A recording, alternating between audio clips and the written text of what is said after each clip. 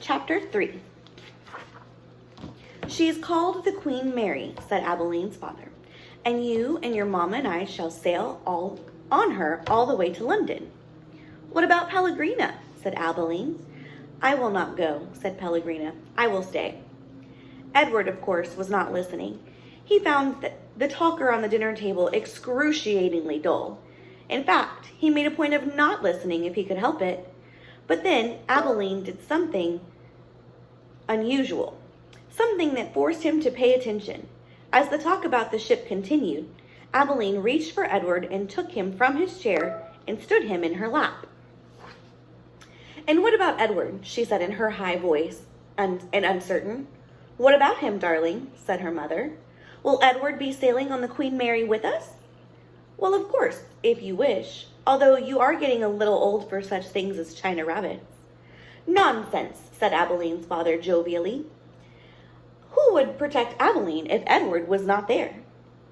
From the vantage point of Abeline's lap, Edward could see the whole table spread out before him in a way that he could never when he was seated in his own chair. He looked upon the glittering array of silverware and glasses and plates. He saw the amused and condescending looks of Abeline's parents, and then his eyes met Pellegrina's.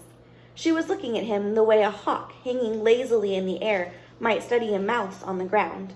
Perhaps the rabbit fur on Edward's ears and tails and the whiskers on his nose had some dim memory of being hunted, for a shiver went through him.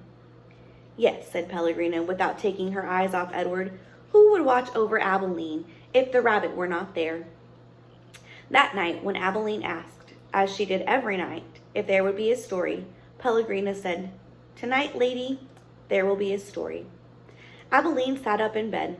"I think Edward needs to sit here too with me," she said, "so that he can hear the story." "I think that is best," said Pellegrina. "Yes, I think that rabbit must hear the story." Abeline picked Edward up and sat him next to her in bed and arranged the covers around him. When she said to Pellegrina, "We are ready now." "So," said Pellegrina. She coughed. "And so the story begins with a princess." "A beautiful princess?" Abeline asked. "A very beautiful princess." "How beautiful?" "You must listen," said Pellegrina. "It is all in the story." That's it for now.